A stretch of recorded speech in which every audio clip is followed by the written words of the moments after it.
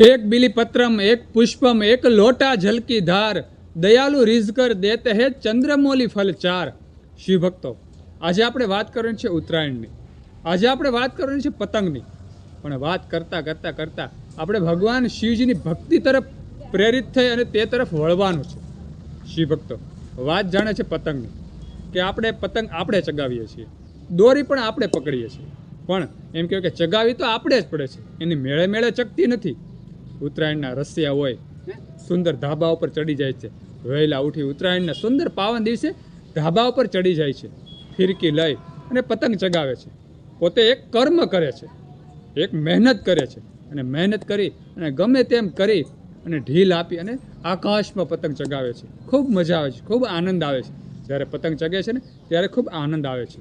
શિવ ભક્તો, આમાંથી આપણે એક શીખ ખૂબ સરસ જીવનમાં ઉતારવા જેવી છે કે જ્યારે આપણે કર્મ કરીએ છીએ, કર્મ તો આપણે જ કરવું પડે છે। જ્યારે આપણે કર્મ કરીએ છીએ ત્યારે ઘસારો આ કાયાને થાય છે, ગતિ છે ને તે ભગવાન શિવ આપે છે। જેવી રીતે એમ કહેવાય કે આકાશમાં પતંગ ચગે છે, દોરી ચગે છે, દોરી ધીમે ધીમે આપણે ઢીલ દઈએ છીએ, પણ કર્મ આપણે કરવું પડે છે। તેવી રીતે જીવનમાં પણ કર્મ આપણે કરવું પડે છે। સફળતા છે ને તે ભગવાન શિવ આપે છે, એટલે હંમેશા આપણે કર્મ કરતું રહેવાનું, ફળની ચિંતા નહીં રાખવાની। એવું નહીં સમજવા કે મને આ પ્રાપ્ત થઈ જ જશે। દરેક લોકોને જે પણ મનમાં ઈચ્છા હોય તે દરેક પ્રાપ્ત નથી થતું, પણ આપણે લાયકાત પ્રમાણે, આપણા કર્મો પ્રમાણે ભગવાન મહાદેવ આપણને આપે જ છે। બસ આપણે કર્મ કરતું રહેવાનું છે। જેવી રીતે આપણે પતંગ ચગાવીએ છીએ તેવી રીતે નિરંતર આપણે કર્મ કરતું રહેવાનું। જે પણ આપણે કામકાજ કરતા હોય તેમાં પ્રભાતે વહેલા ઉઠી ધર્મમય થોડુંક કાર્ય કરી, થોડીક ભક્તિ કરી, થોડુંક શિવલિંગનું પૂજન કરી અને કર્મ તરફ આપણે દોડવા મળવાનું।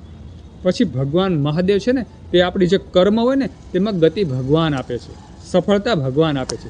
ક્યારે આપે છે તેનું 100% પ્રમાણ નથી હોતું, પણ જેવી આપણી મહેનત, જેવા આપણા ભાગ્ય, જેવા ભગવાન મહાદેવની આપણા ઉપર અમિત દ્રષ્ટિ પડે છે તેવી સફળતા ફટાફટ આપણને પ્રાપ્ત થઈ જાય છે।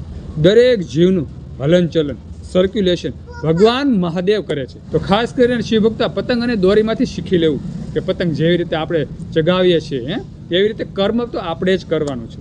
પતંગમાં ગતિ પવન આપે છે અને આપણા જીવનમાં ગતિ છે ને તે ભગવાન શિવ આપે છે। એટલે હંમેશા ભગવાન મહાદેવના શરણે રહેવું, તો જ આ કાયાનો, આ જીવનનો ઉદ્ધાર થઈ જશે। સુંદર એક નાની એવી વાત હતી જે પતંગ દોરામાંથી શીખવા જેવી હતી। સુંદર આ નાની એવી વાત જો તમને ગમી હોય તો વિડીયોમાં લાઈક આપજો, કમેન્ટમાં હર હર મહાદેવ, ઓમ નમઃ શિવાય લખજો, અને આ વિડીયો બીજા હિન્દુ સનાતન ધર્મના લોકોને શેર કરી દેજો। બધા શિવ ભક્તોને, હિન્દુ સનાતન ધર્મના લોકોને મારા હર હર મહાદેવ અને ઓમ નમઃ શિવાય।